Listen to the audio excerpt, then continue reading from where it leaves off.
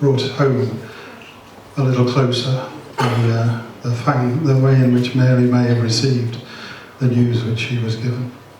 I cannot carry on now by singing Once in Royal David City.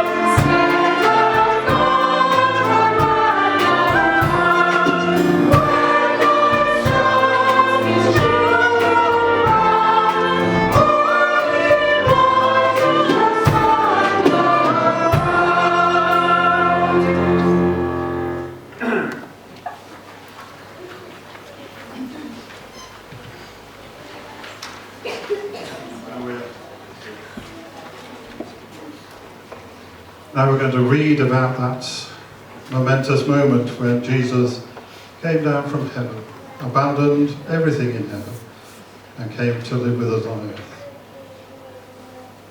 In those days, Caesar Augustus issued a decree that a census should be taken of the entire Roman world.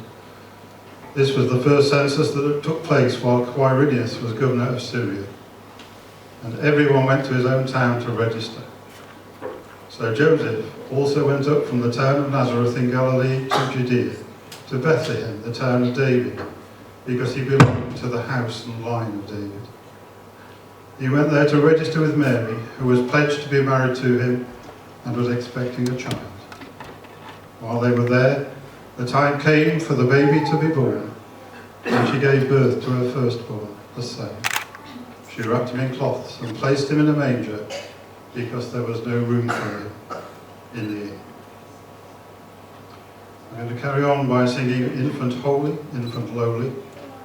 Following that, we're going to have the premiere of a new carol called Many Prophets Have Spoken.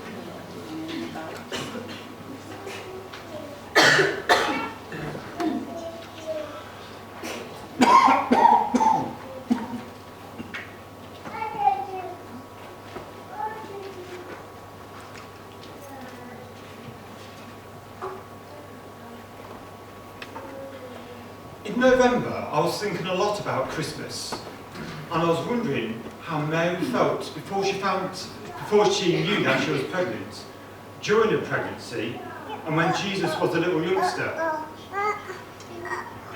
She really did know God.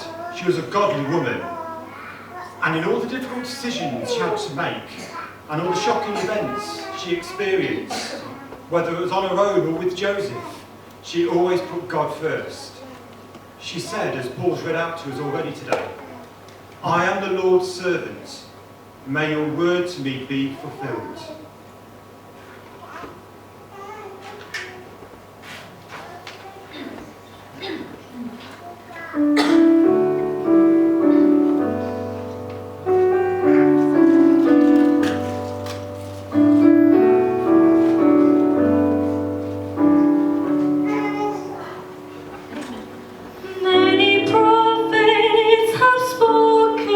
Many dreamers have dreamt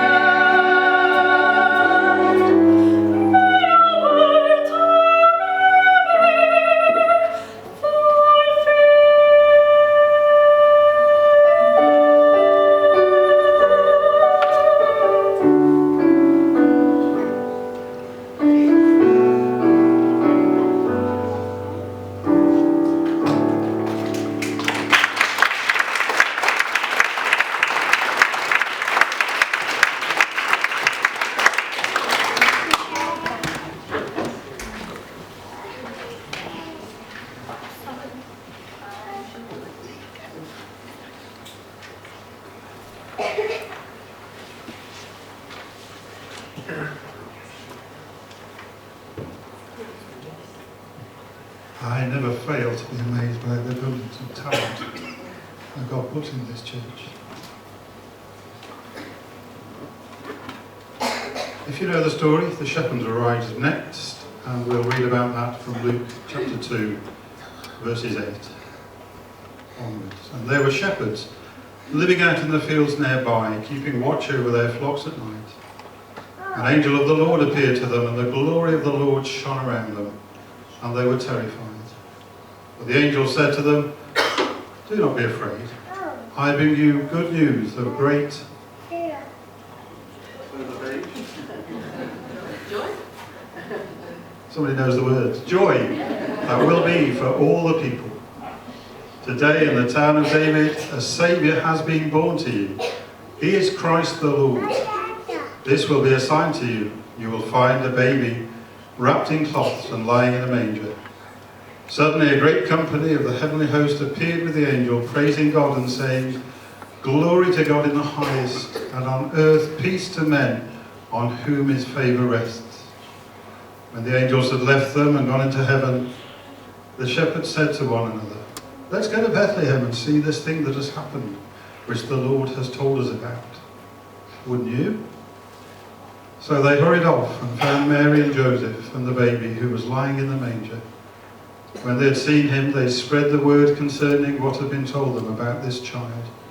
And all who heard it were amazed at what the shepherds said to them. But Mary treasured all these things and pondered them in her heart. The shepherds returned, glorifying and praising God for all the things they had heard and seen, which were just as they had been told.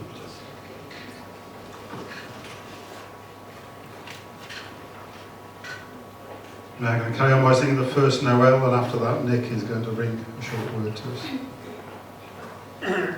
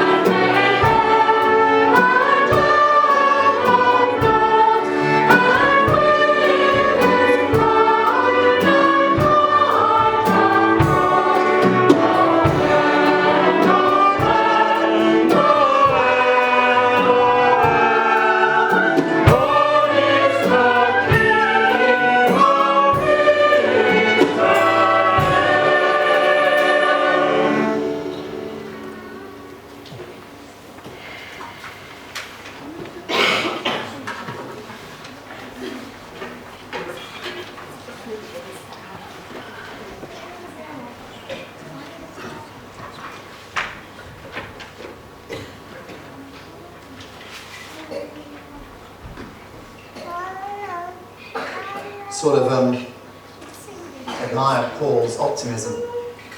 Nick's going to bring a short word, he said. And I'm looking at the clock and I'm thinking, hey, we're actually running a little bit behind.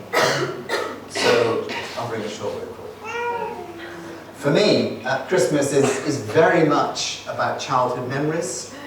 And as I grew up, and my family and little things, and some of the things I remember is the smell of the Christmas trees. And now I go and visit our daughter's houses, and they've got their little children. And you walk in, first thing you smell is the smell of the Christmas tree.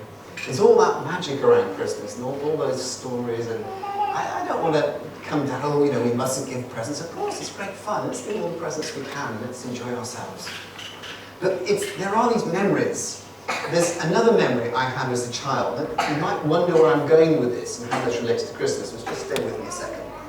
As a child, I must have been about 9, I think.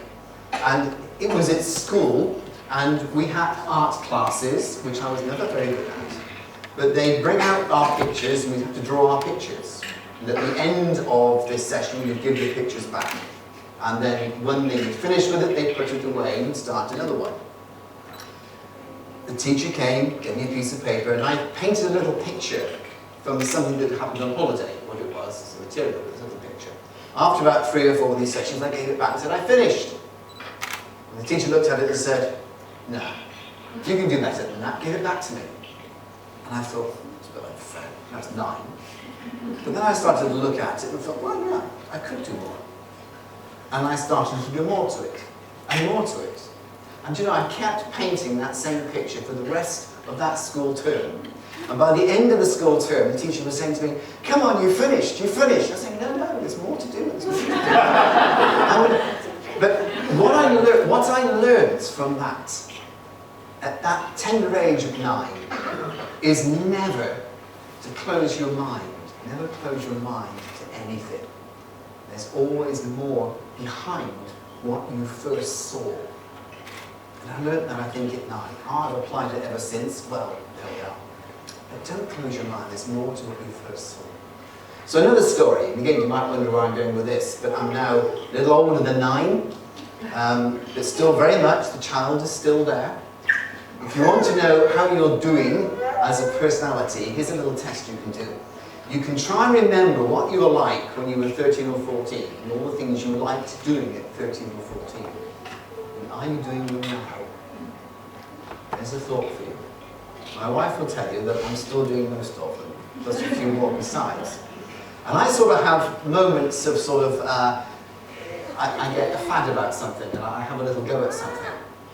Well, I did this year, and this year I rediscovered flies. Flying flies. Particularly mayflies. And I spend a lot of time crawling around with a camera taking photos of mayflies and getting my microscope out looking at mayflies. Mayflies only live a few hours and they die. Sad. Then I went on and looked at damselflies. The damselflies are incredibly beautiful, very pretty. And I was walking up and down the river looking at damsels, and I started to realise that the nature of the river was shown by the nature of the damselflies. And this damselfly, and anyway, that's me. I got really into damselflies. Then I discovered butterflies. And so now I was crawling up and down looking at butterflies. And I discovered something quite interesting, which many of you will know, but maybe not all of you. And this will come as a thought to you. When you go in the garden and you see different butterflies, if you see a thing with red stripes down its wings, anybody know what that's called? Red Admiral. Do you know where it came from? Yeah, it's flown all the way from Central Europe, including France. This little tiny fluffy thing, which you think wouldn't last 10 minutes. And you look at mayflies, which live for a day, and then you look at dragonflies that live for a couple of days. This has flown all the way across France. And it's incredible. Then I discovered something else. There's a thing called a painted lady butterfly. I hasten to add rapidly. And you know, until quite recently, we didn't know where painted ladies came from or where they went to. How about that? And they're quite common. I mean, they're not like you're going to see them all the time, but if you go crawling around your garden in summer, they come to your garden, or you may well find a painted lady. And it's the only butterfly that's found in the Arctic Circle. It's found in Iceland. People did not know where painted ladies came from. They couldn't work it out. They suddenly appeared and suddenly went. Until quite recently. How recently do you think it was that we discovered where painted ladies came from? Victorian times? Second World War? I'm going to read this, courtesy of Google. Okay, this is from Google. The secrets of the UK's migrating painted lady butterfly population have been revealed by scientists who've discovered where they go in autumn. The insect flies from the continent each summer to the UK, but experts have not known where they go from in autumn. With the help of 60,000 public sightings across Europe, including efforts by 10,000 British volunteers, and highly sensitive radar,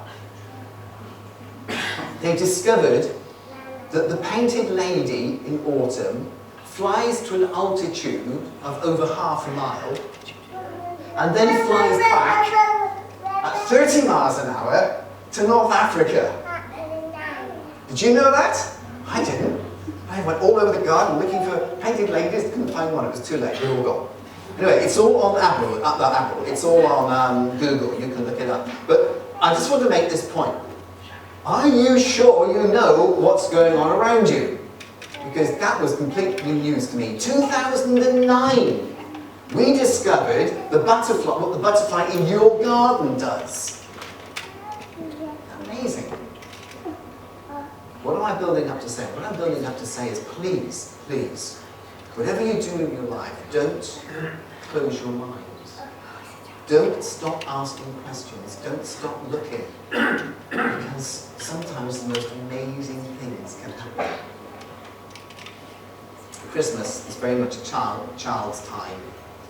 It's also an adult time. It's time for us to look back and for the children to look forward. And we have this wonderful story of a baby born in a manger to a couple. Oh, we've heard it every year. Some of us for many years. Some of us for over half a century. Some of us are getting on for a century. We've heard it a long time, and it's so easy to take that story and think, yeah, I know that story, and just say, that's it, it's that story again, it's that time of year. We can take it a number of ways. Is it the story about life and birth and the wonder of being human and the joy of having a child? Yeah, it is. And that's how many of us take it. That's as far as we go. Maybe more to it than that. For some people, it's a story about a child who was born, around whom legends grew up. He was seen as exceptional, he was seen as unusual, he was a good speaker, he taught all about peace and joy. How we can approve that? It's what he did. Is there more to it than that? I guess most of us here know something about the story of Zeus. Who was Zeus? He was the ancient god of the Romans. The Greeks. Romans nicked him and called him Jupiter. He was a god who came to earth. So stories about gods that come to earth are not new. Thor? Anybody heard of Thor? God of thunder, the god of the Norsemen. Another story about a god who came to earth. Another myth. Anybody know any ancient Egyptian gods? Aken? God came to earth. And so we got another story of a God who comes to earth. Jesus, the little baby, who was God born to earth. C.S. Lewis was the one that said the difference between this story and the others was that this one happened to be true. Can't put it any better than when C.S. Lewis put it. This one happens to be true. God came to earth in the shape of a baby. And we can just listen to that story and let it pass us by. like many of us, don't know about the things in our gardens. We've lost the curiosity, we've lost the wonder of what can happen and what is going on. The baby came to earth as God incarnate. Have you thought about what that means?